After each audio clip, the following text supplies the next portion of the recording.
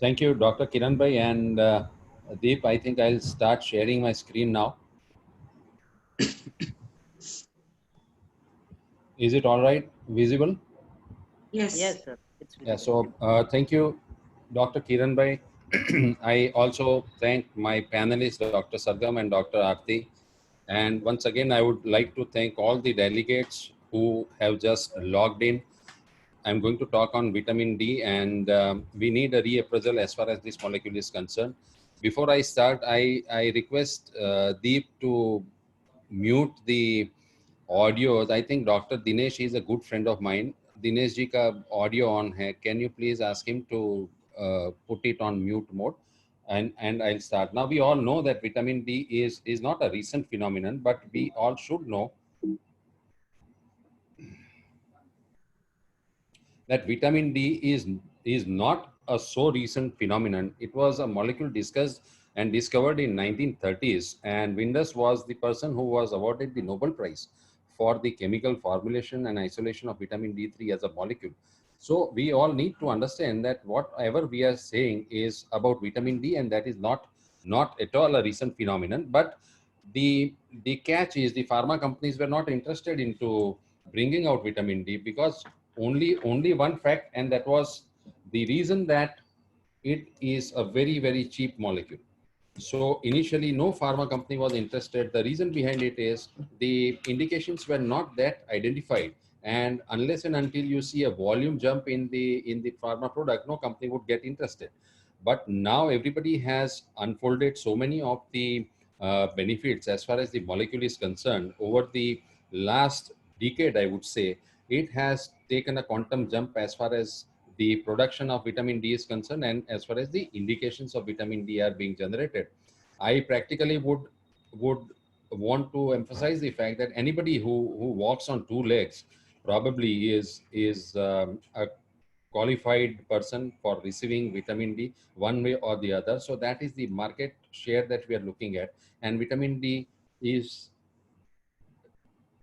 a very well discussed molecule in all the lay media as well. We all know vitamin D, vitamin D2, and vitamin D3. Practically, we need to discuss about vitamin D3. It's the only hormone that is in the mechanism, is like its production has happened in the body through the sunlight. When it falls on skin, cholecalciferol or vitamin D3 is generated. That gets converted to 25 hydroxy vitamin D3 in the liver, and that gets converted to 125 dihydroxy vitamin D3 in the kidney. Now, the important point is when we look at the estimation of vitamin D3, it's always going to be 25 hydroxy vitamin D, because this molecule's half-life is anywhere around 20 days. So that is something which is very constant as far as serum levels are concerned. And when we talk about 125 dihydroxyvitamin, which is converted, it's a very active metabolite, which is responsible for all metabolic activities as far as the molecule is concerned.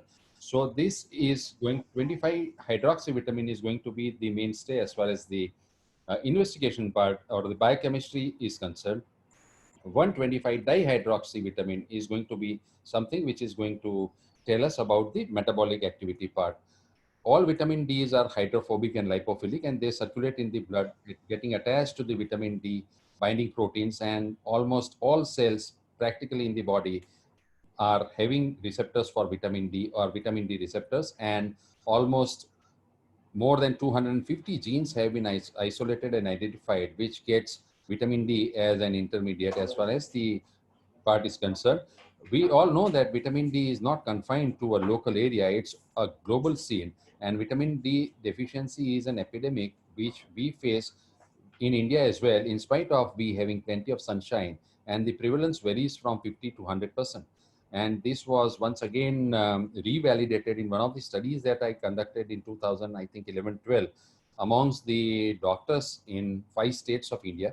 And there we found that we say subjected the doctors through the meetings in Indian Medical Association societies, and we found that practically we had around 85 to 88% of male an almost equal number of female doctors, all having vitamin D in the range of around 15 to 20, and only about 5% of them were in the range of 25 to 30. So they were all in the deficiency range. Now we talk about people who are eating well, exercising, and most of the times are through with the medicine part, but still this was the scene which happened. So whatever is their optimal level that we should see is 30 nanograms per ml of vitamin D. Now this pendulum is swinging once again, and endocrine society and international associations are now trying to bring it up to almost 40. Few have recommended it as 50 nanograms per ml as well.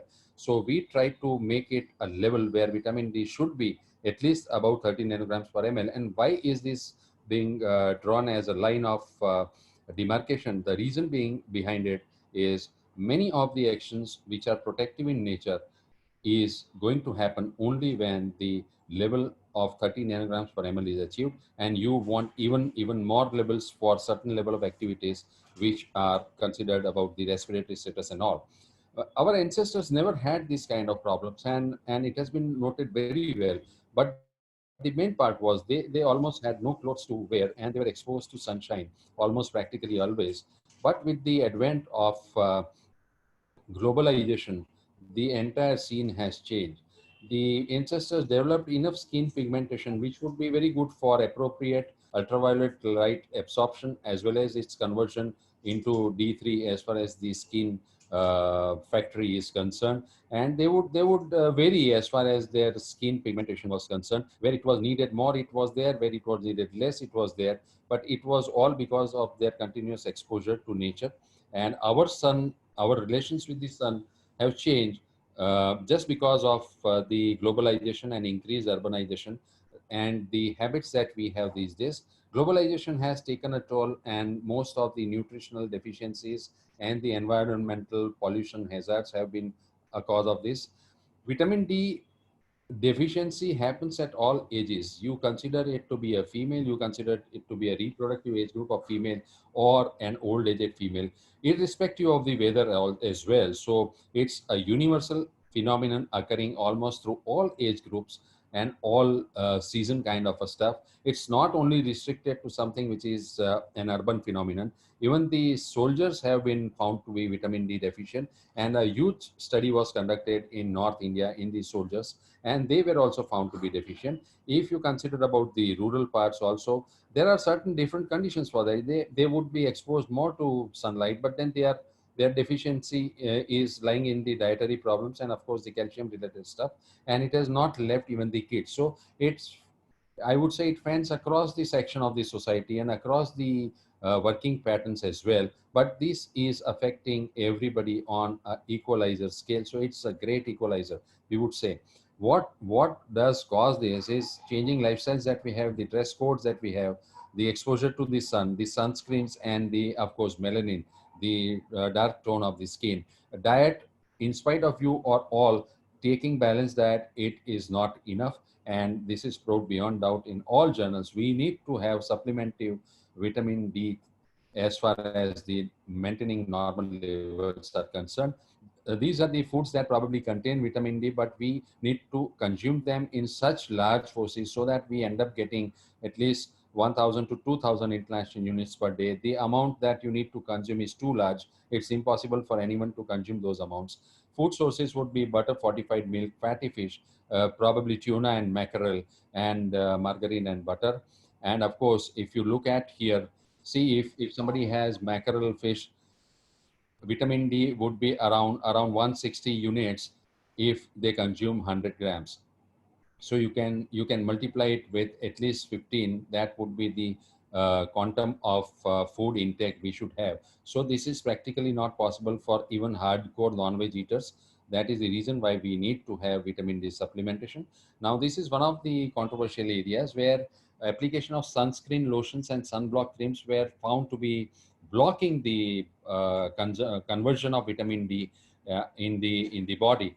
They said that any SPF above 15 would block the conversion of vitamin D through sunlight. Now, once again, last 2 years, the consensus have developed that SPF for sun protection factor does not have any bearing as far as the conversion of vitamin D is concerned. It's only the skin tone that matters. So this is one area of controversy, but probably that's the final word, which right now is, when I started doing this, maybe in around 11, 12 or 2013, SPF above 15 was considered to be a natural block. Now the reviews of papers have happened, and that is ruled out. Any SPF, it's not an issue. The sunlight is adequate enough and probably more than enough. We are a sunshine country, but the angle at which the rays fall on the equator makes it an imperative stuff. So we need to understand that the time during which the maximum absorption occurs is between 12 and 3 in the afternoon. The sun rays fall vertically on the equator, and that is the time when maximum absorption would occur. Melanin is one thing which will be quantified with the skin type. So it ranges from type 1 to 5, and we as Asians are falling under type 4 on plus and type 5 skin, where the melanin is on a higher side. And on the contrary, melanin acts as a block. We have been conventionally taught that dark color absorbs more sunlight. That is absolutely to a contradictory view, where melanin is blocking the production of vitamin D through the conversion into the skin. So the reason is, we as type 5 skin, most of us as Asians and Indians, we are at a little loss. So we need supplementation to be of that order. SPF we already have discussed. And if you want to get around 1500 to 2000 international units per day, Dr. Michael Holick had conducted this study. Now he's considered to be the father of vitamin D. That gentleman has said that 12 and 3 is a time period when you get maximum conversion of vitamin D and absorption.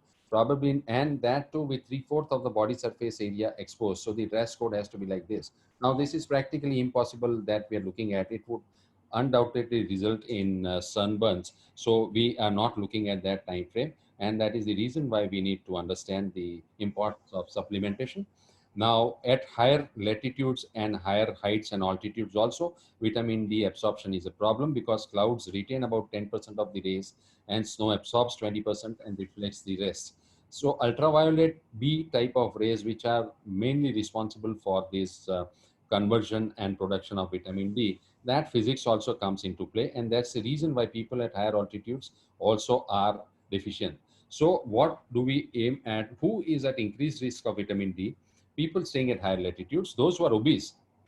What happens is, undue fat deposition or obesity leads to, say, if vitamin D gets absorbed into their adipose tissue, it gets released irregularly. So the constant level, the serum levels in the circulations are not maintained. So probably they would be having enough vitamin D, but that is not available to them for any of the metabolic purposes, because it's distributed unevenly as far as the adipose tissue is concerned. So these are the risk factors if you are overexposed, or if you do not have exposure at all. So the dress codes also are going to be very important. The tone of skin, the skin type 1 to type 5, that also gives you a judgment about how vitamin D gets absorbed. So, and of course, the age that we have seen, age also matters. Elderly people more than about 60 years of age, because of the slow metabolic process, the absorption gets down to 1/3. So the vitamin D levels need to be upgraded. You need a little larger dose when we are subjecting the elderly patients above 60 years of age to vitamin D supplementation as compared to somebody who is younger. This is because of the exposure as well as the absorption part. What we need to understand is the inflammatory bowel diseases, or the diseases where the absorption is on a negative side or malabsorption occurs in the intestine. The vitamin D absorption, in spite of pumping in or vitamin D getting converted into a normal way, the malabsorption leads to ultimate deficit in vitamin D, which is not going to help the person. So these are the reasons why everybody is on a deficient side. Of course, the genes are there involved. They have identified a few genes, but still, that's something as clinicians we are not concerned about. And anybody who is on medications for comorbid conditions, and that to see very simple medicines, like we're not talking about very hi-fi kind of a medical stuff. You can see somebody who is on long-term antacids, long-term steroids.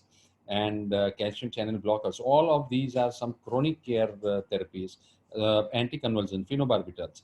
All these patients are likely to get a deficit of vitamin D. That's the reason why we should have a proper history taking, which would guide you that instead of a bottom line dose of around 1000, you might need 2000 units for that particular kind of patients who are on these medications as an associated stuff. So with this second, I would enter into the second part where we would like to talk about the classical actions of vitamin D. There are two, one is classical, one is non-classical, and we would just rush through this so that this is all a kind of revision. Then we come to the practical part of it. And we all know that as far as vitamin D metabolism and its actions are concerned, may that be classical or non-classical, its intestines are important, kidneys are important, and of course the bones are important. So what happens when calcium homeostasis or balance has to be maintained? If the serum levels of calcium go down, secretion of parathyroid hormone happens. Now once parathyroid hormone starts secreting, it draws the calcium from the bones into the circulations. The levels of calcium in the blood is maintained, and of course the normalization happens. Now if the blood levels of calcium are on a higher side, it's exactly the opposite of what we are looking at. Instead of PTH, what happens is PTH goes down and calcitonin goes up. So the blood the deposits of calcium happens to the bone, the osteoblastic activity goes up, and this is how the calcium levels are maintained. So body is in a precarious balance of calcium levels as far as the serum levels are concerned. Now what happens if somebody has vitamin D deficiency? And when we are talking about see, this is all what we saw. Vitamin D deficiency would lead to osteomalacia, and if osteomalacia is not treated, it probably ends up, and almost always it would end up with a chronic issue, that is osteoporosis. Now once the level of calcium goes down in the blood, as we saw, parathyroid hormone goes up, osteoblastic activity goes down, the bone breaks, the osteoclastic activity grows, and efflux of calcium from the bone happens. Now this would lead to development of normal blood levels in the serum of calcium, but at the same time it takes you to development of osteoporosis. And on the other side, it leads to weakness of muscles, which would increase the risk of falls. And eventually, if it happens in the elderly group of patients, we end up ending up with the situations of fractures. So that is the importance of vitamin D levels to be maintained into the blood circulation. Now, exactly the opposite would happen as we saw there, with increase in calcium levels in the serum and parathyroid hormones going down, calcitonin going up. This leads to increase in osteoblastic activity. And if the levels are adequate, the osteoporosis would not happen. Of course, osteomalacia would not be there, so the muscles would also be strong. The percentage of risk of falls would go down, and eventually we are leaving out the problem of risk of fractures. So maintenance of level of vitamin D is not only essential for all other activities, but osteoporosis and osteomalacia, both these things to be kept in mind seriously. Coming to the other aspect of it is the non-classical actions of vitamin D. And actually these were the actions which led many of the investigators to get into the research mode as far as this very old molecule was concerned. And this actually made the pharma companies also jump into the bandwagon of production. Now, when we are saying about the non-classical actions, see, this is the classical action of calcium and phosphorus homeostasis modulated by parathyroid hormone and calcitonin. But it also works on neuromuscular effects that we have seen. Now, the most important things that have come up, it has immunomodulatory effect. So when we are talking about vitamin D, now immunity is going to be attached as a major part. Cardiovascular effects, they are mediated through renin, angiotensin, aldosterone system. And of course, the most important part as far as vitamin D is concerned is the research on cancer, which has happened these days. And the anti-proliferative part, the apoptotic part, the anti-angiogenic properties, and the pro-differentiation part is something which has taken the center stage, apart from the classical actions that we have already known since ages now.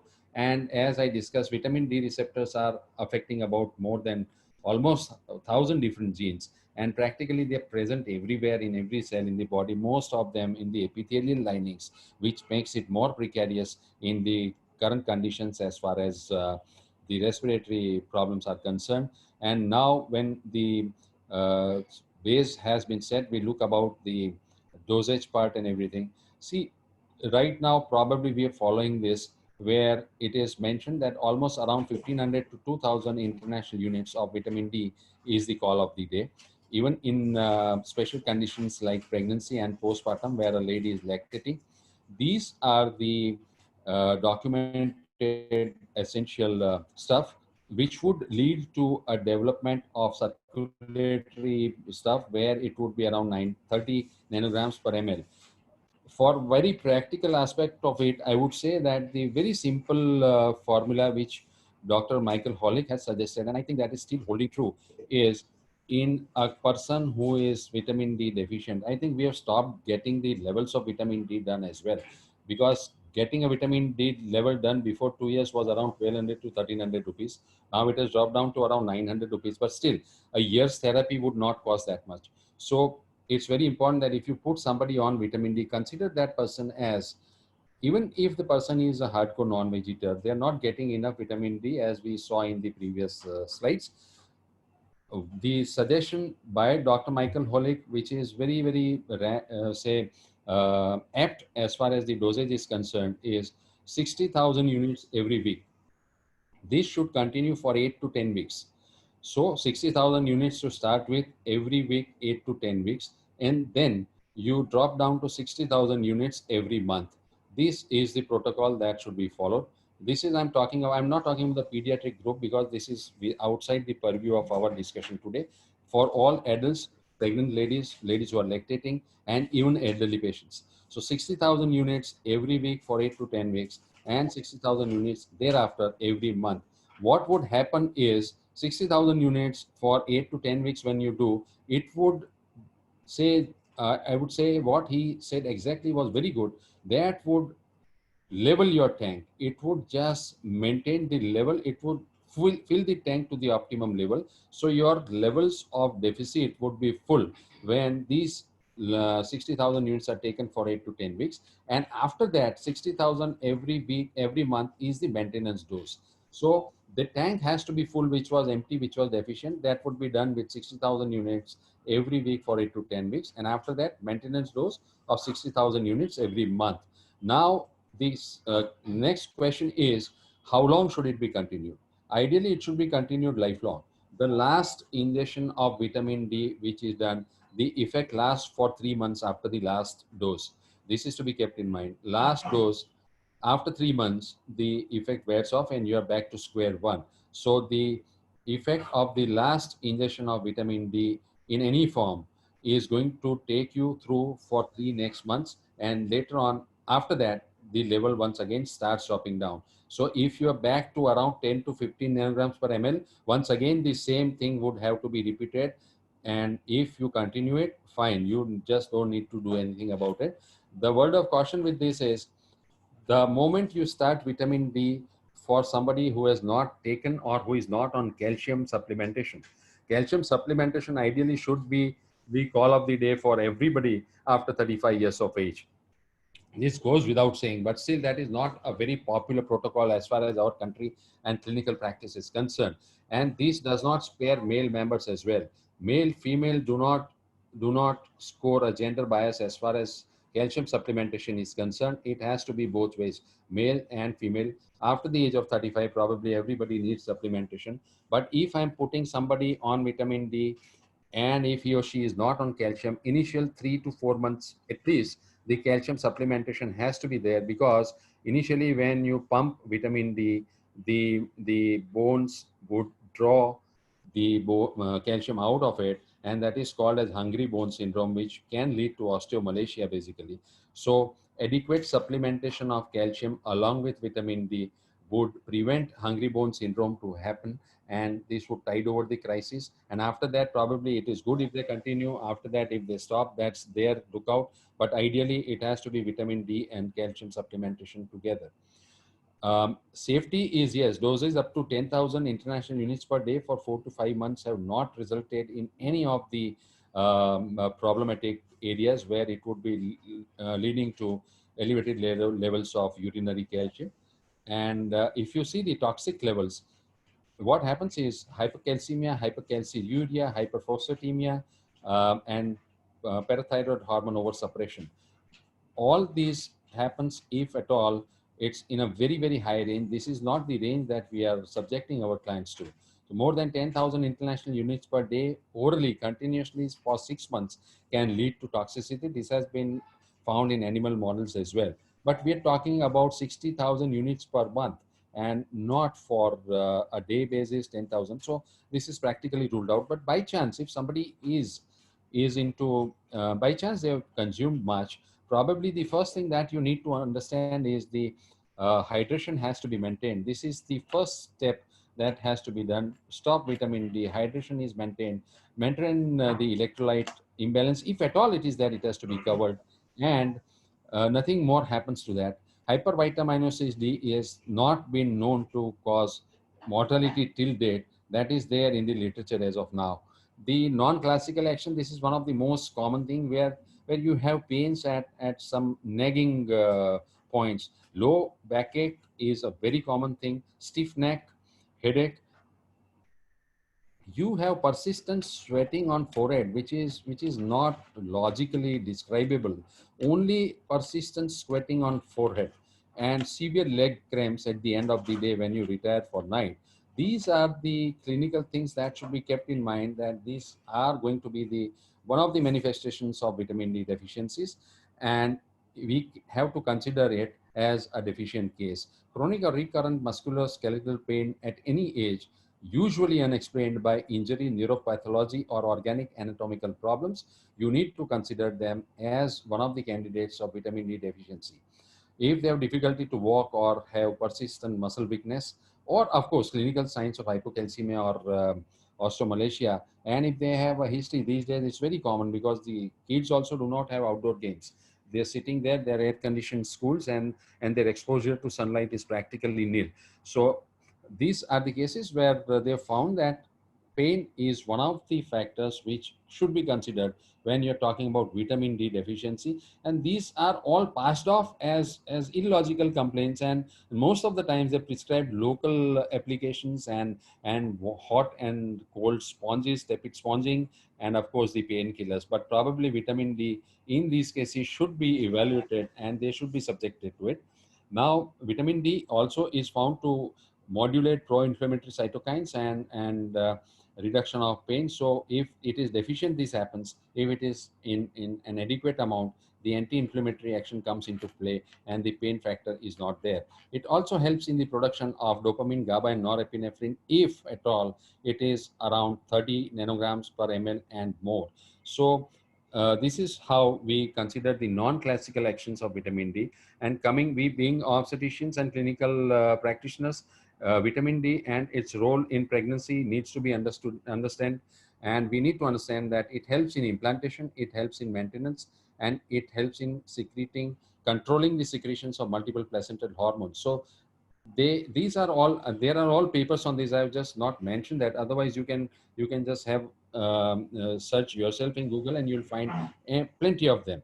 So right from implantation, maintenance, it is playing a very important role as far as the pregnancy part is concerned. It inhibits, as we see, and we'll see in detail a little later, about the production of pro-inflammatory cytokines.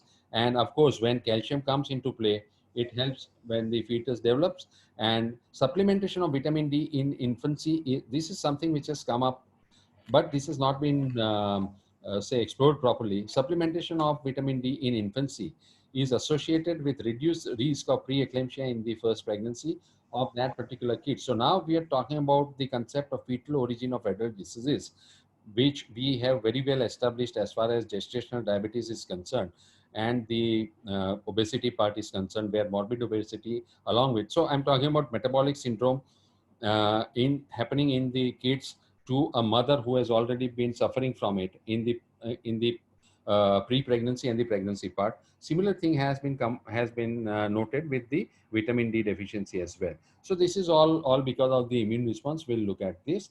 The other part, just a word to mention about this, is the deficiency of vitamin D, and in pregnancy it leads to anemia, impaired epithelial functions, abnormal GI mucosa, and malabsorption of fat happens. Now, what happens when malabsorption of fat happens is the iron deficiency anemia would happen, but reduced absorption of fats happen in the intestine. And of course, when absorption of fats in the intestine go down, vitamin D, lipophilic in nature, it also gets into the malabsorption mode, and this vicious cycle continues.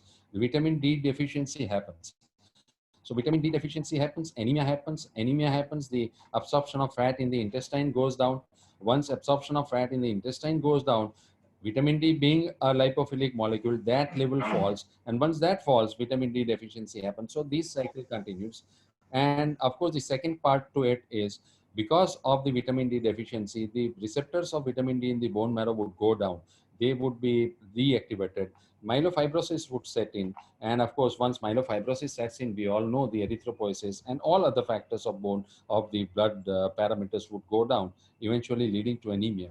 Coming to the infertility part, PCOS has been found to be one of the most interlinked problem with vitamin D deficiency.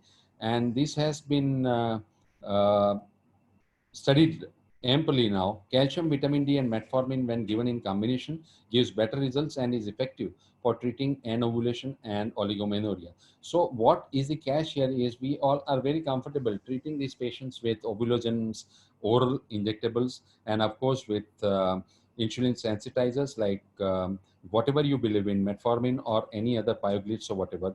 But if you have an additional support from vitamin D, because that is responsible for the calcium efflux and influx as far as the ovarian microarchitecture is concerned. And any abnormality in calcium balance is responsible in part for the arrested follicular development in PCOS, and this contributes mainly to the pathogenesis of PCOS. So if vitamin D and calcium are adequate, probably this part of calcium regulated efflux of calcium into the microarchitecture of the intra-ovarian mechanism, which signals the normality of it, hormones. PCOS is one of the areas where this happens, and we, if maintain the balance by supplementing vitamin D, probably we are looking at a better outcome in a shorter time interval. Correlation of vitamin D status with insulin sensitivity, this is what we have discussed. It's associated definitely with multiple metabolic risk factors in this woman. Predominantly, we are talking about the metabolic syndrome. We'll come to that.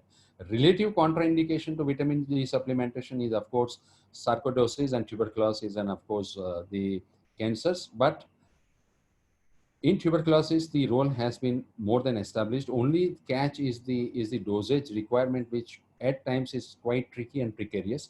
But if you stick to the normal dosage that we have discussed of 60,000 units, probably doesn't lead to any of the hypersensitivity or irritability part. And on the contrary, it's helpful as far as tuberculosis, which is such a rampant problem in our country and still under address and under treated and under picked up. If this is done, it is going to help a lot as far as this is concerned. High levels of vitamin D antagonizes the tuberculosis infection. This is what we have known. Now, what is not clear is whether it's a cause and effect, but we don't need to go into the depth of whether it's a cause and effect. We all know that supplementing vitamin D in patients who already have tuberculosis with HIV as a core this thing. Cochrane also says that vitamin D supplementation helps these patients along with whatever antiretrovirals and anti-COX treatment the patient is subjected to. What happens is, this is the basic of vitamin D as far as the immune part of vitamin D or action of vitamin D on general immunity of the person is concerned. It helps production of 1-alpha hydroxylase. And what happens is, 1-alpha hydroxylase, the enzyme, helps in conversion of vitamin D to activated vitamin D. That is what happens when it comes out as 125 dihydroxy vitamin D. Now, these, through certain mechanisms, leads to the production of catheclidins. Now, catheclidins is an antimicrobial peptide, and it works as an antidote to the infection which is already there. So if vitamin D, this is what I was talking, when vitamin D levels are above 30, it works as a microbiocidal for the M tuberculosis also. So this holds true even for so many problems like rheumatoid arthritis, and research has gone into the levels where even multiple sclerosis has been known to get treated and benefited when the levels are above 30. So now that is the reason for all autoimmune problems and long-term neurological disorders. They're planning to keep these levels around 40 or 50, and there's nothing wrong in it. Coming to the immunity part that we are talking about as the domain of vitamin D and immunity, what has happened is this is the most active metabolite which is circulating in the human system. It negates, it directly suppresses Th1 cells. Now when and what happens when it directly suppresses Th1 cell? It blocks the production of pro-inflammatory cytokines like interleukin 2, TNF alpha, and interferons gamma, and of course interleukin 10.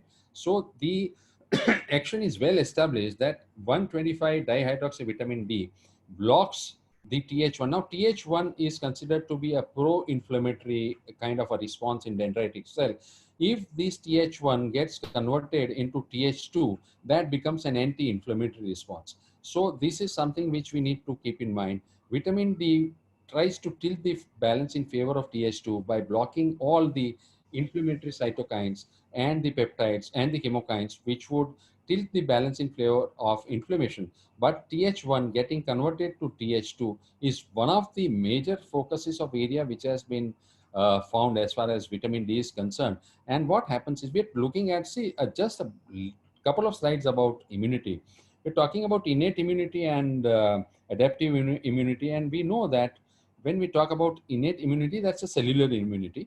Vitamin D acts on TLR. TLR is toll-like receptors. They are receptors. Vitamin D, if it is adequate in amount, it stimulates toll-like receptors. And once toll-like receptors are stimulated, they stimulate the production of cytokines.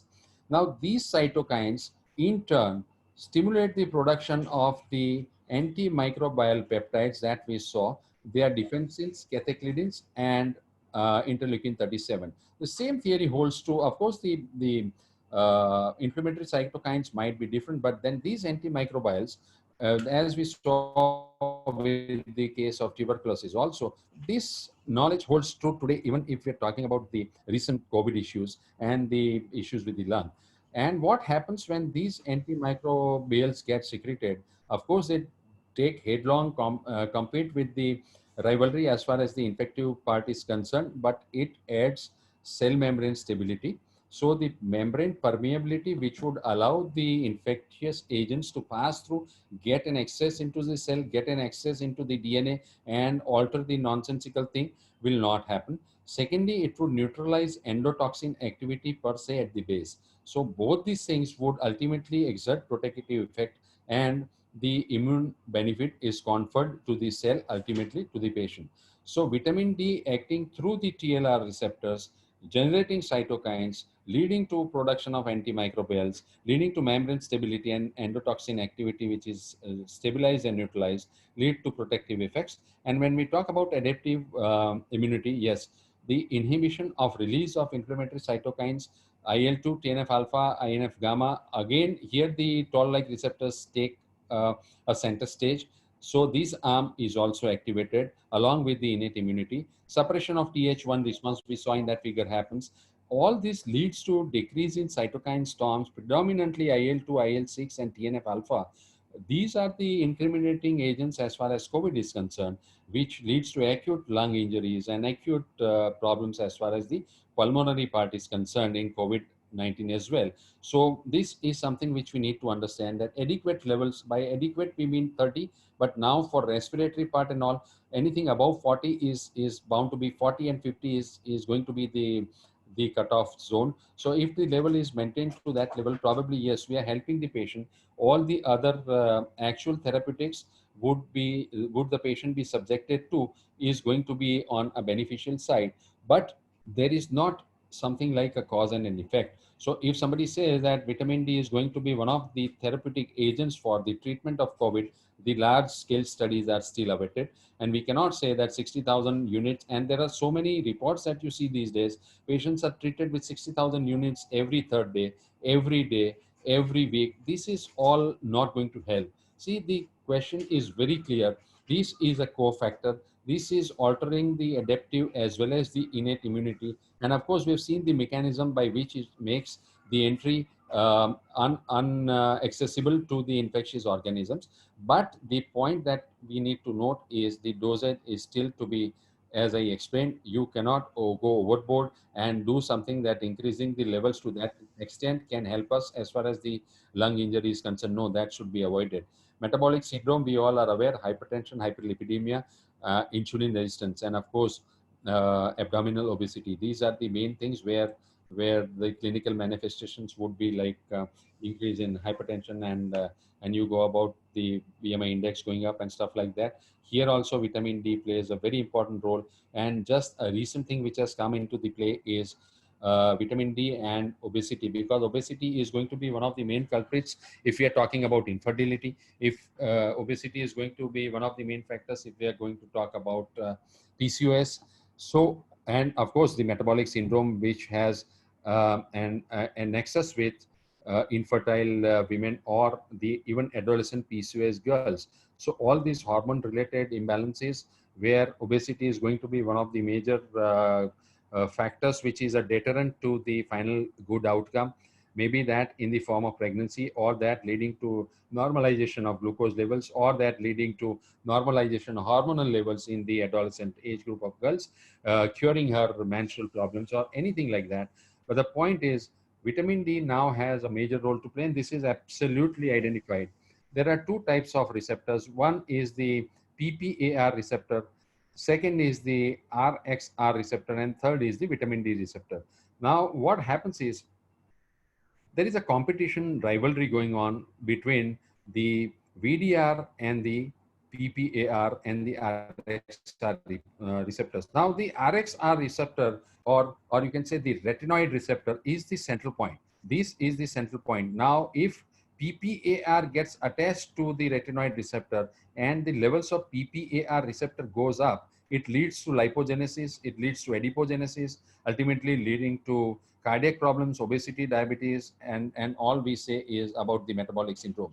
So when you look at the retinoid receptor getting attached, the PPAR receptor getting attached to retinoid receptor, and if this overpowers, then this leads to obesity and of course the metabolic syndrome and its acute and long-term complications. And if I'm talking about the vitamin D receptor getting attached to the retinoid receptor, what happens is it is exactly the opposite. It inhibits lipogenesis, it inhibits adipogenesis. Of course, when this is blocked, the obesity, diabetes, and cardiovascular problems and insulin resistance eventually goes down.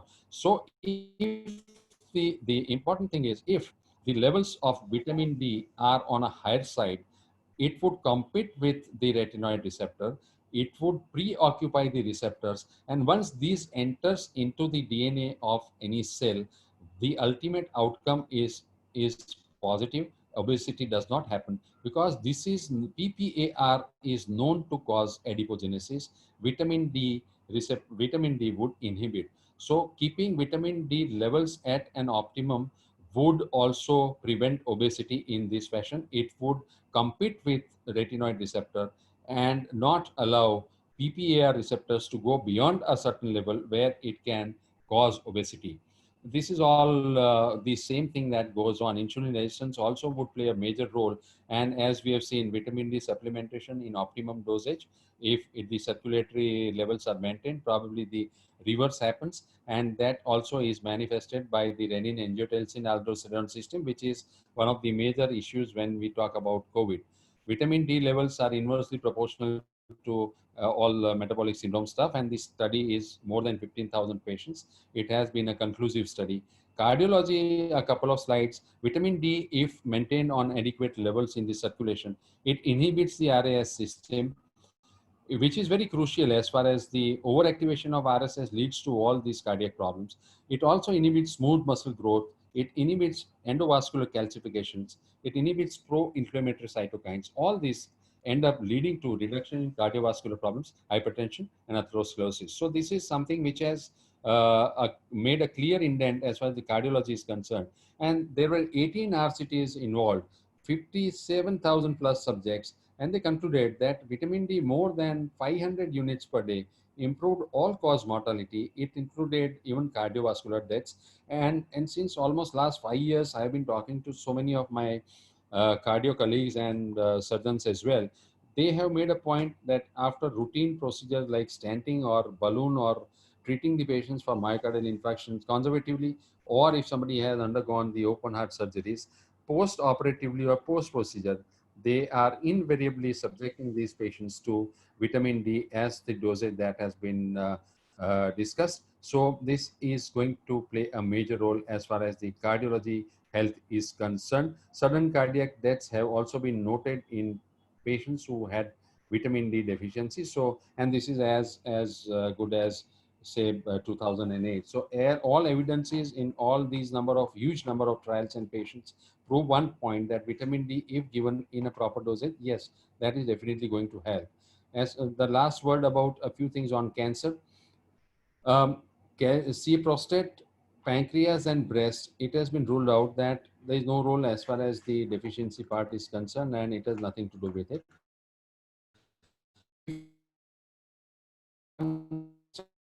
As far as the adenomas and colorectal cancers are concerned, repeated multiplication or pointing out of adenomas lead to ultimately colorectal cancer development.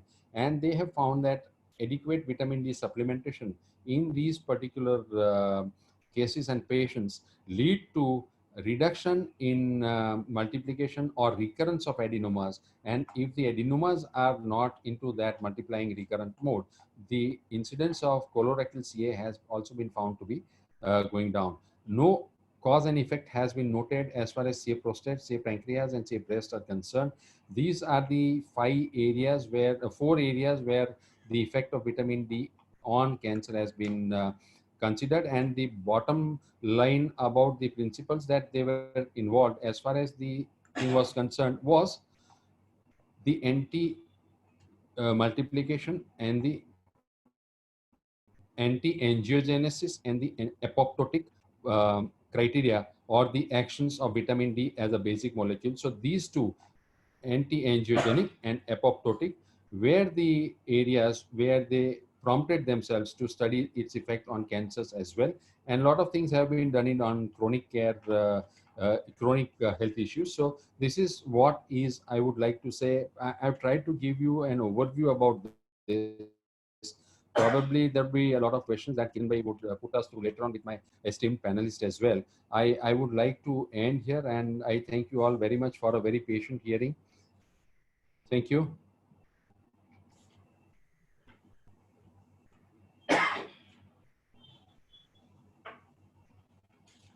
Kiran Bhai, you can. Thank you very much, Fagun. It was a very elaborative and very deep subject regarding the vitamin D. You have given all the ideas. We'll try. It is a vast subject, and certain things we would like to elaborate as well with my panelists, Dr. Aarti and Dr. Sargam. Before we start the discussion, I would like to request the participants that if you have got certain questions, you can put it in the chat box, and we would try to cover it up at the end of the panel discussion if the time permits. But you can put it. Thanks a lot, Fagun, again. I would like to introduce my panelist, Dr. Sargam and Dr. Aarti. Both are welcome. Dr. Sargam is a consulting gynecologist, obstetrician, infertility specialist at Mumbai. He's an esteemed TED speaker and founder of Devdan Charitable Foundation. I myself have undergone a motivational speech today, and I enjoyed it a lot. You are most welcome, Dr. Sargam. Thank you, sir. And then the other one is Aarti from our own home ground. She is from BJ Medical College. From MBBS to MS, she has collected 15 medals. I wow, number of medals. She has gone collecting. At present, she is director of Excel Women Hospital, and which is situated at the Satellite Road. Before that, after completing her MD, she joined the King George Medical College at Lucknow. Then from there, she shifted to the Stephen Hospital, New Delhi, and lately, then after all, accompanying her husband, I think so, she landed up in Ahmedabad, initially with Apollo Hospital and then Columbia, and now she is her own private clinic. She has got numerous national and state conference talks and publications at various journals. she is interested in high-risk pregnancies, and at current project she has got with Biogenesis Health Cluster USA on ideal contraceptive in Indian scenario. And I must congratulate Aarti for initiating the online consultation, and you have inspired a lot of us to start the online consultation. You are among the first one to start the OBGY online consultation. She has done more than 6,000. Welcome, Dr. Aarti. Thank you so much, sir, for such a warm welcome. And thank you, Fagun, sir, for such an elaborate talk, which was really enlightening and doubt clearing for all of us, I think. I think I'm not going to address the question to anybody. Anybody can take on. And Fagun, you should be there in with both of them. Yes, I'll be the last. Let them answer. Yeah, okay. Let us start from the fertility. You had covered up a little bit on female fertility. Does it affect the male fertility? Aarti, what do you think? You can start it. Yes, sir, because I think everything head to toe, wherever you go, the implication of vitamin D has been consistent. And as far as male fertility goes, VDR receptors have been seen in Sertoli cells, seminiferous tubules, male genital tract. And yes, it has been associated with all kinds of semen abnormalities. And in practical aspect, also supplementation with vitamin D I have seen improved semen parameters also. So overall, I would say there is a direct correlation between vitamin D levels and male fertility. Yes. That's right. There is a it definitely helps in the semen parameters. Does it affect at the IVF incidence? Success rate of IVF, does it help or it doesn't help? I think Dr. Sargam, the IVF people might have a go at this. No, I wanted her to take it. Sargam, you can come in. So as we said, as Dr. Aarti already said, definitely the receptors are there. So as a result of which, there is improvement in the sperm motility specifically, which has been seen, apart from the morphology as well. So that helps in a lot of, that helps in adequate and good quality of fertilization. And eventually it also has an effect on the oocytes because of the receptors that are present in the ovaries as well as the follicles. So by altering a little bit of the AMH and increasing the FSH sensitivity, it helps in better implantation, and also by controlling and inhibiting the inflammatory responses, it decreases the chances of miscarriages. So yes, it improves, it gives us better results in terms of IVF. It does have a role in terms of better would you like to and prevention of miscarriages. Yeah, Fagun, would you like to come in as far as the IVF and vitamin D? See, IVF, if you see, when you are talking about ovum retrievals, that is the place where you are going to get definitely good results if the D levels are supplemented. The quality of the oocyte that you get is going to be one of the plus side. And secondly, when you are talking about the ICSI parameters, the semen parameters that you're concerned, so male, female, both when taken into account, as far as IVF is concerned, it has to have a major role to play. But the main part is, even after that, when the embryo transfer happens, vitamin D is known to affect the implantation part as well. So when we are talking about the decidua and we're talking about the choriodecidual reaction, of course, that is the place where we are talking about vitamin D coming into play. So not only in the IVF or ART process, but even after that, as far as the implantation and maintenance part is concerned. So it is definitely going to make an impact. So the outcome is that it does help in the infertility. And female infertility, Fagun has already covered. We would like to come back to obstetrician. What sort of pregnancy complications are likely to occur with the vitamin D, severe vitamin D deficiency? Sir, I think vitamin D deficiency has been implicated in the entire range of, entire gamut of pregnancy complications that we see. Absolutely. If we go ahead, starting right from the first trimester, so it has been, as we went by the IVF factor, it has been associated with significantly high live birth rates. So miscarriages and implantations, so right from the first trimester when we go to pregnancy losses, that is what is affected first.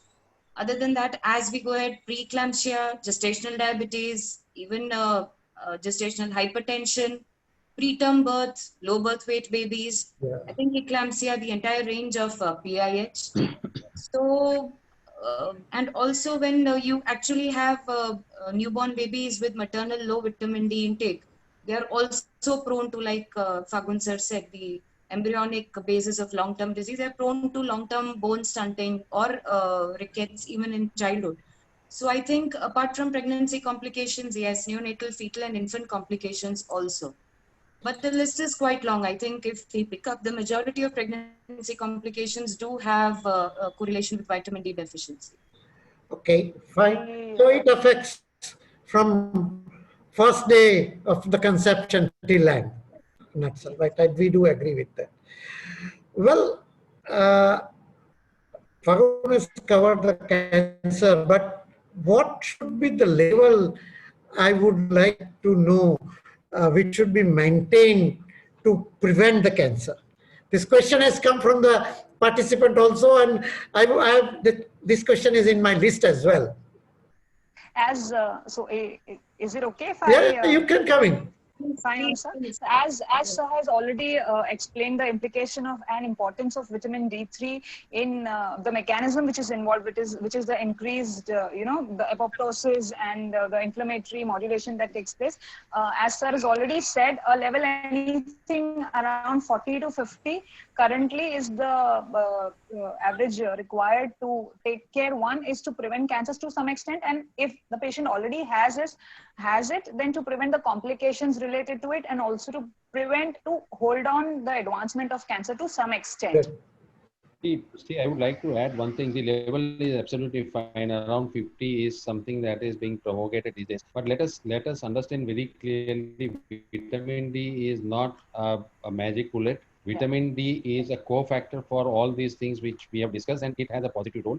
But somebody thinks that if one is subjected, if one is taking vitamin D or calcium on a regular basis, he or she is not going to get cancer later on in life is not the case, Not because the etiology of cancer and the oncology parameters is something which is a very wide subject altogether. But yes, the severity and tone down and the complications, if at all has been there, if he or she is suffering from that, yes, the complications or the severity can tone down, because it's a cofactor for so many of the metabolic parameters. And if you look at the complications part, why this question came up initially, it's there in discussion since last couple of years. It's because it has the effect on practically all areas where metastasis is likely to happen.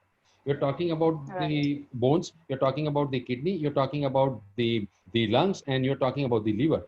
So all these are primarily the metastatic sites for any of the oncology related stuff. And if this happens, probably this tones down that. It can never prevent, but of course, for cardiology, it has been established that if you keep it for tuberculosis, that means for the respiratory part, yes, it it's a person may end up getting it, but the severity would not be that high. And of course, most of the times it can be prevented. So this is a message that is to be taken very positively, that if we, as in COVID as well, today, you can't say that if somebody is on vitamin D, he or she is not going to end up getting it. But yes, of course, the severity is going to go down, the morbidity is going to go down. And that is the cause and effect is still not established, but we should be careful about it. Well, yeah, anybody would like to add? So just my two bits. I'm just concurring with what Fagun sir said, that one of the largest trials on this was the VITAL trial, 2018, when we talk about the NEJM study, Yes. whether there is any benefit beyond the bone health. And they conclusively stated that this supplement does not reduce the risk, or it is not considered preventive for any kind of cancer. So I think when we are sending this message across, we need to be very conclusive about that there is no preventive role as far as Supportive. Got it. It cannot prevent. Yes. Absolutely right. What Aarti has sent a message that it does not prevent at all. It has a supportive role in the treatment, right? As far as the sunlight, little bit has been covered. Which is the best time during the day to have a sunlight? Between 12 and 3. The time And when you can't go out in and you India. can't go out. So that's the reason why Very we true. need to pop in the pill. Yeah. That's what we wanted to send a message that is the basic time.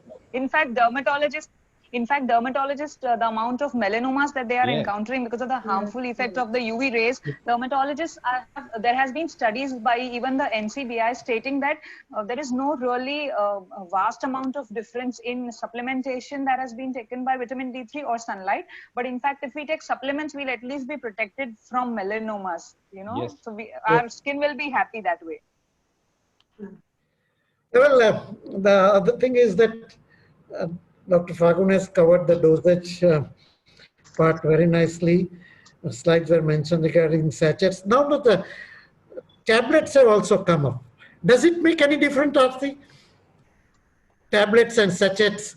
And sachets, does it make, is it necessary that it is to be taken only with milk, can be consumed with the water? Is it so that it is emphasized to be taken only with milk? So practically, I feel, there are so many formulations, tablets, capsules, soft Just gels, objects. Yeah, granules, sachets, creams. I want to emphasize uh, preparations other than sachets. Yeah, other than sachets. So I feel as far as absorption is concerned, the difference is minuscule. As far as the patient's compliance and preference is concerned, that should be given first priority. That's right. Because there is no there is no significant difference in the bioabsorption. And even, this is just something to reinforce old wives' tales. I don't think the consumption with milk also enhances its absorption in any manner. These preparations are designed to act on their own. See, the entire idea, Kiran bhai, the entire idea about getting it along with the injection, getting along with fat related stuff, maybe Yeah, it would be, that is what you are trying to yeah, emphasize. that's right. Came Whether it should out, be, yeah, it came out of the fact that vitamin D is a lipophilic molecule. That is the basic characteristic yeah, of vitamin D. I wanted So to that is, emphasize on. yeah, that is the reason why the entire exercise happened. But as Aarti said, probably the absorption does not differ to that extent. And we have seen that over the last decade, people popping it up at any time, still the levels are getting up and levels are getting maintained. So that goes without saying that you take it only with milk that acts, or if you take it only with fat content it acts. But that was the primary concern, that it's lipophilic, so it would get absorbed better. Second thing is about the tablets and the other preparations. They practically work the same. It's the compliance part of the patient. Somebody not getting into the capsule mode because of its non-veg source, probably they might go for tablet, and that is the reason why tablets came up. Then came up the I would say the chewable forms. Now people have, last 2-3 years, people have come out with capsules which are water soluble. So the molecule is going to get absorbed at the point where it is destined to absorb in the gut. It hardly makes a difference whether you take it with milk Yeah, or you that take it with food. But the point is you take it at a daily basis. That is very, very imperative. yeah, that's what the In message fact, is that. even dermatologists have all, in a condition known as plaque psoriasis, dermatologists even give a topical application of the active form of calcitriol. So it, as Yeah. sir said, it that generally does not make any difference. Yeah, what I do agree, and what Aarti has conveyed is absolutely right. It's the compliance. That's what I wanted to say. And Only it one is the thing that fat Kiran soluble. bhai, There are only two things which should be remembered. It's the compliance and it's the fat soluble. Kiran That's bhai, all. only one thing that I would like to add here is regarding the injectable vitamin D preparations, which can be Yeah. very, very dangerous at times if not given under proper supervision, because that was primarily meant only for rickets. Then the orthopedic colleagues have been using it in patients who have been in confinement and bedridden for years to be there on bed. And the third part is in the pediatric age group, they have been utilizing these much often than we think. So if there is a high chance of toxicity when we are talking about injectable vitamin D preparations, and if we are into this, probably a proper monitoring of that along with the levels, because in oral we don't go for vitamin D estimations everywhere, even if the person is on supplementary. But if the supplementation is in injectable form, we need to get the correlation done at least every year so that the toxicity does not happen. So vitamin D injectable is a cause of concern that should be monitored properly and under strict supervision and guidance of a medical practitioner. Yeah, we do treat many patients, or we get many preparations, calcium with vitamin D, 1000 unit, 800 unit, 2000 unit.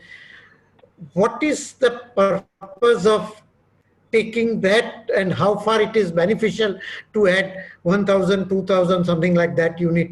Aarti, would you like to come in? Sir, basically vitamin D and calcium metabolism, these two go hand in hand. One Okay. cannot be separated from the other. And having a stable serum calcium level along with vitamin D deficiency correction is important. So yes, I do endorse my patients to take a therapeutic dose about say 1000, what you said, on a daily basis, because ultimately if the patient is not very conscious about the diet and dietary calcium levels are not enough, but as Fagun sir said, as a rule of thumb, we do not get these levels measured practically. It makes sense to supplement them with a minimal daily dose. So yes, I think there are lots of formulations which now have vitamin D along with a host of other things which sell well, magnesium, zinc. But I would say the core two things go hand in hand: Absolutely calcium right. and That's vitamin a D. carry-on message. It should be, and 1000 international units is enough. Minimum has to be 1000. Minimum. So there are preparations who give only 200 units as well. Yeah, So I mentioned 200, 800, something like that. Yeah, It has no role. it's a window dressing of your problem. So don't do that. At least Minimum. 1000, jumping up to 2000 max. So Dr. Sargam, you can come in. What's the role of vitamin D and menorrhagia or something like that? Bleeding disorders during the menstrual cycle, menorrhagia, metrorrhagia, dysmenorrhea, all sorts of problems. Does it have any relationship?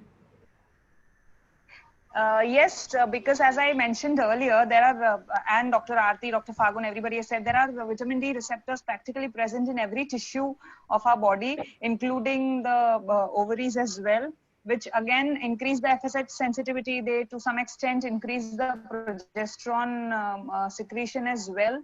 And hence it can be, it can be a little beneficial because of all these mechanisms to be a little, to get the menorrhagia a little under control. Though I again, reinstate that it is not the treatment for it, but yes, by this hormonal mechanism and immunomodulation, it can help the menorrhagia to come under control to a great extent. By immunomodulation, that's the mechanism. Yes. I think. Fagun, would you like to add something? Calcium also acts as a membrane stabilizer. And this is very vital when we are talking about the endometrial breakdown. And above and all, when calcium is in proper content along with vitamin D, it actually goes hand in hand. They have synergistic action. So stability, that is the reason why in Kiran Bhai, before 10-15 years, if you see, calcium was one of the mainstays when we are talking about therapy for menorrhagia.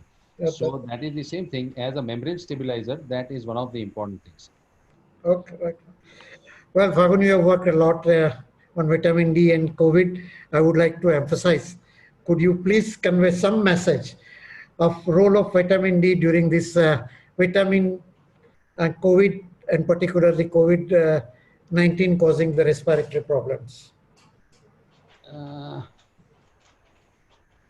There will be two things to it. One is we have already seen about the adaptive immunity, the innate immunity and the adaptive immunity. And we all know that the toll-like receptors are the mainstay as far as where the vitamin D would go and get attached to it. And then it will release the antimicrobials, and also it will suppress the Th1 response. This is the basic mechanism of vitamin D as far as the immunity is concerned.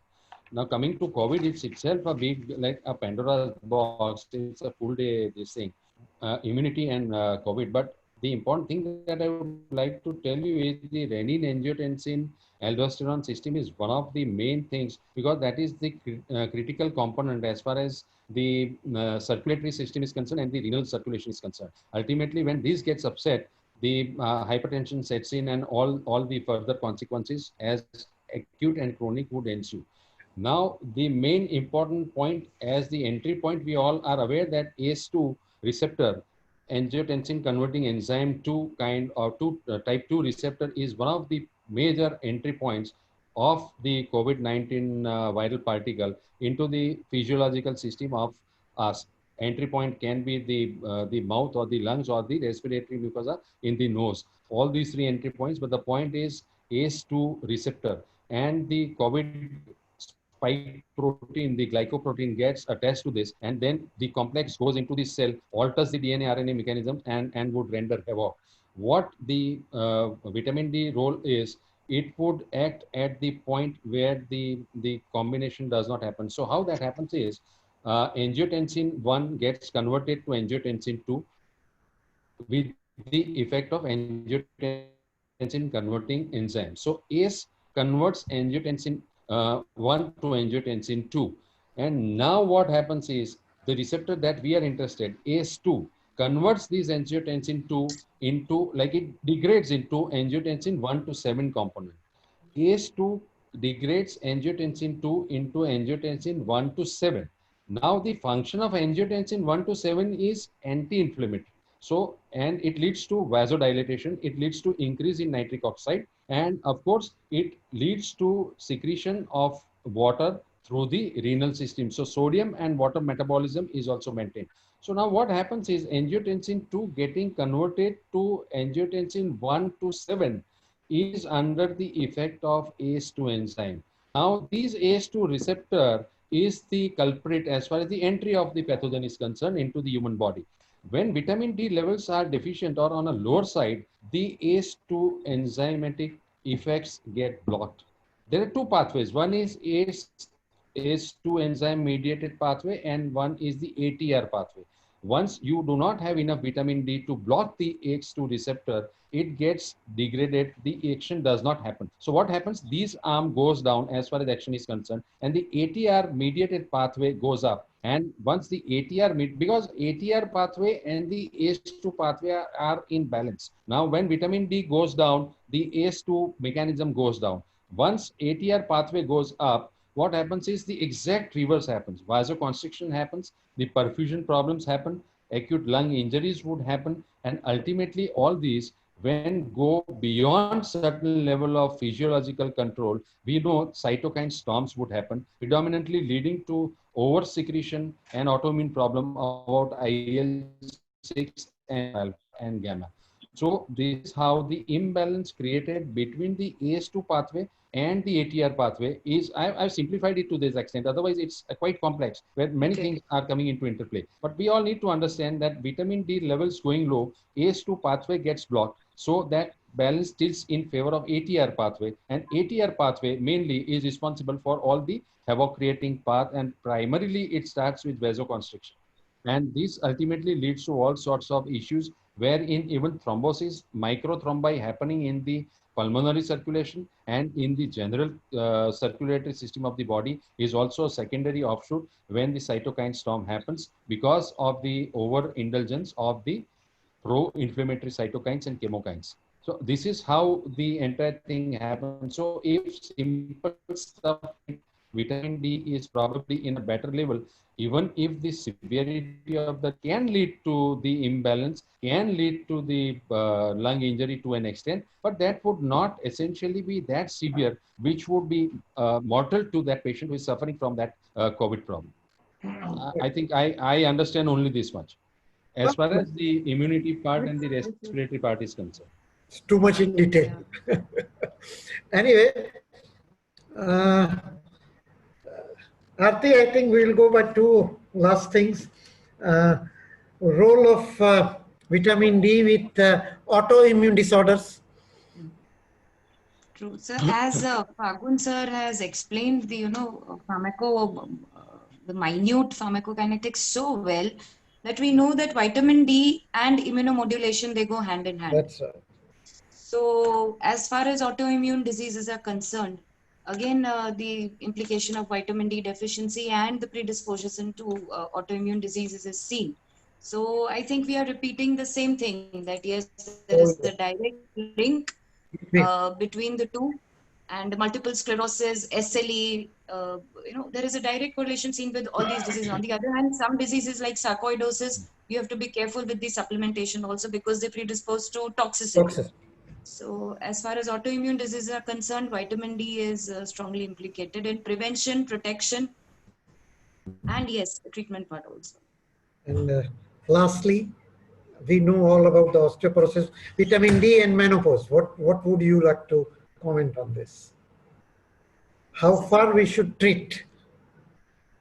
So menopause is an age which is not just if we ask about menopause in terms of the gynec perspective, then again yes, the entire immunomodulation, the to prevention of osteoporosis for proper calcium absorption, but it can also come with other menopause can also along with the gynec aspect, it can also come with hypertension, which is again the renin angiotensin mechanism which sir talked about. So it is an important part to help us take care of the hypertensive part. Then again the kidneys as well, again because of the renin angiotensin mechanism.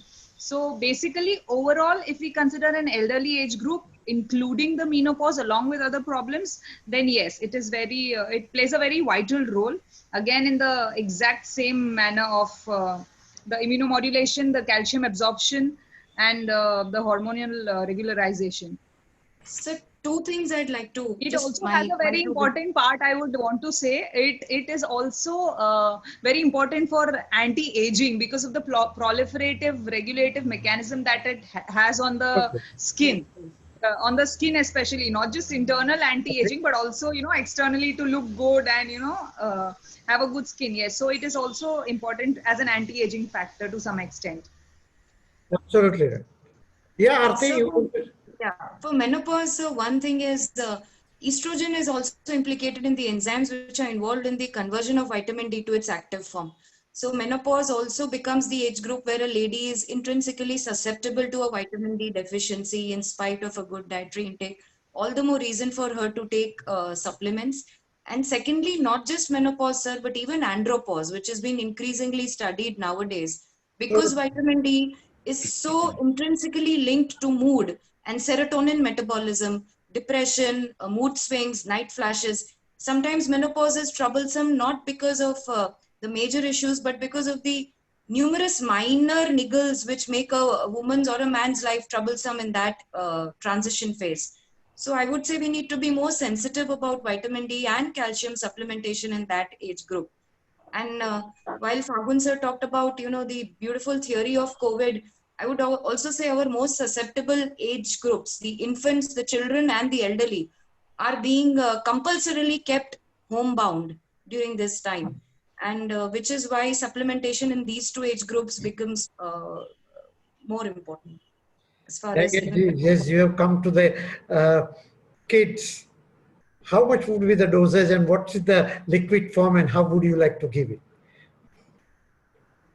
Sir, more of a pediatrician's domain, but Yeah, I breastfed know. infants. No. Yeah, See, breastfed infants. first year, I would say first year it's 400 units a day. 400 units per day for Later on, breastfed. it's 800 units per day. 0.5 ml. Usually, the available preparations in the market, 0.5 ml contains 400 units. 1 ml contains 800 units. Exactly right. 1 ml contains 800. Right now, there is some discrepancy about the production part. We can't make 800 units in 1 ml. So we are sticking it to 400 units, 0.5 ml, because there are some changes in the production government guidelines. So it's 400 units, 0.5 ml. Right from next day of birth, pediatricians and neonatologists are prescribing it, and you can Yes. continue it till at least 1 she year. weans off, or the practical thing is around 1 year, and 1 then year. you can jump on to a little higher levels, but not more than 800 units is required for the pediatric age group. That is for certain. So up to 5 years, usually they stick to 400 units and then to 800 units. This is how it is practiced. It's of course not in our domain, but this is the general consensus about the neonatologists. I do agree. This question was from one of the participants. I got it. So, and Karthi touched the pediatric group, so I had to just come in. That was the only reason. Otherwise, no. Anyway, Yeah, not in our country, but in the Western world, there is a lot of awareness about fortification of the, Yes. children targeted food, the milk and the cereal, and lot lot of it. of products which are intrinsically fortified, which is yet to come in the Indian market.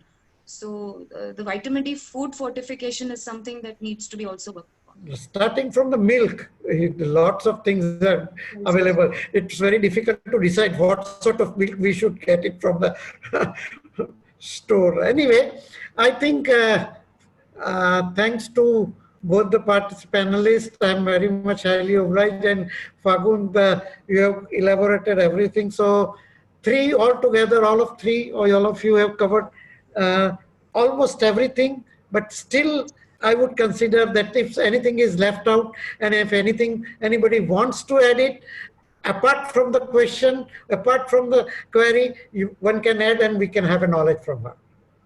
Anybody? I would like to add only one thing, Kiran bhai. Yeah, you can.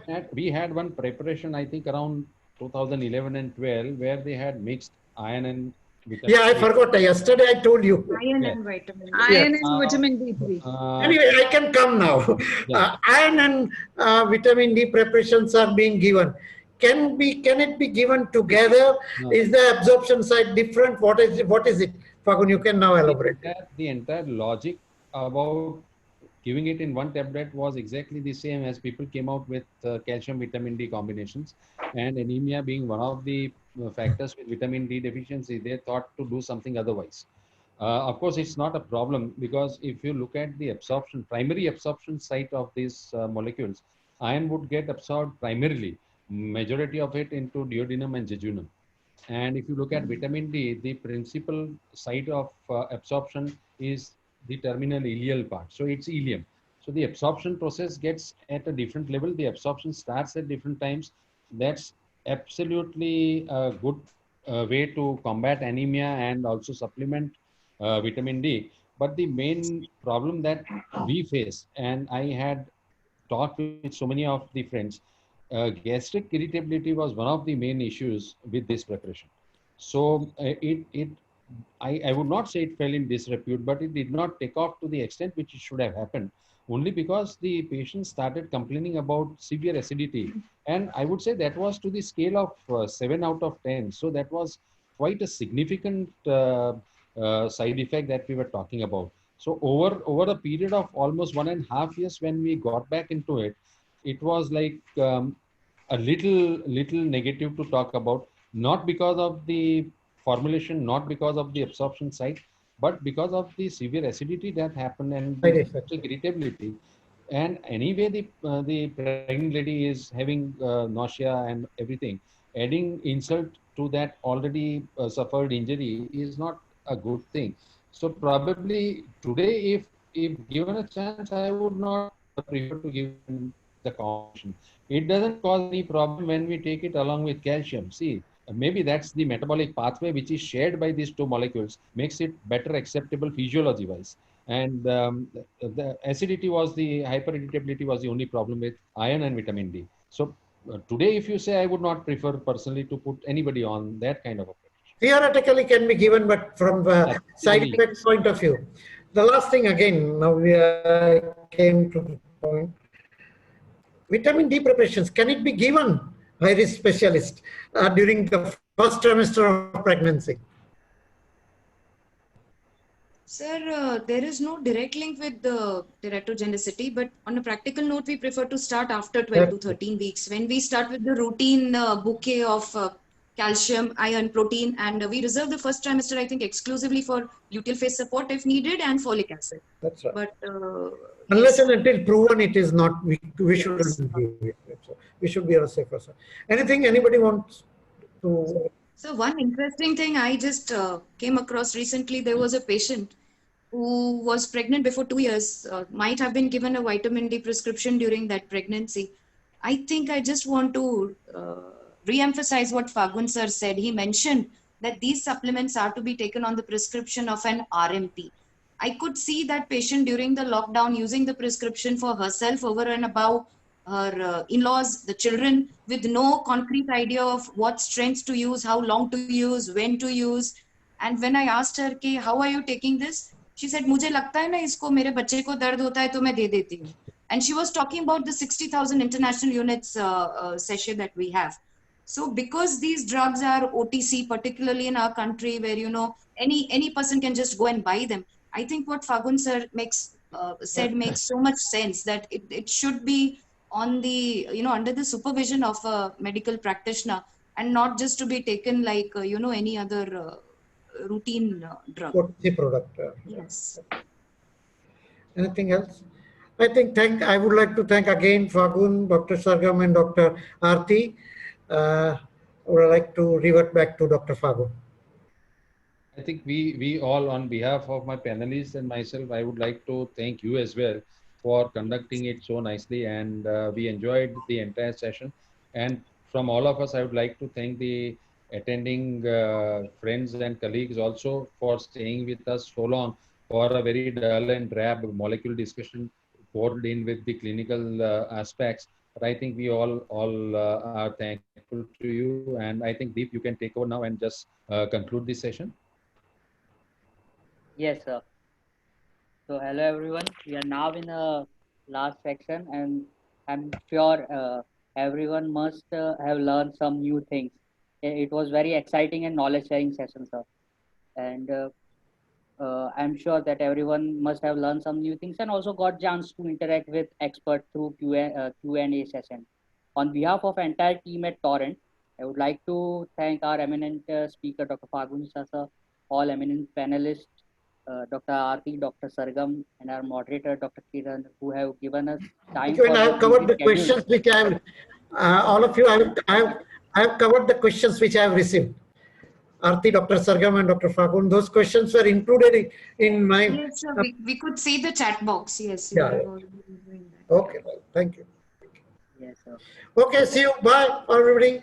Bye. Yeah. Thank you. Thank you, sir. sir. My special thanks to all the audience and also Thank you, sir. It was a very comprehensive revision.